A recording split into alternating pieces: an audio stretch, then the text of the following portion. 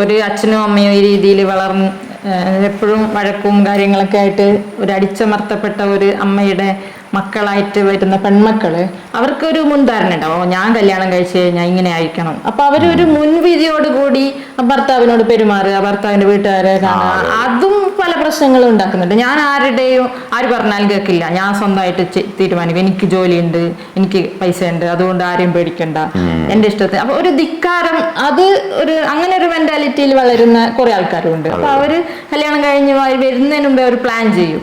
അത് അങ്ങനെ ചെയ്യുന്നതും ശരിയല്ല.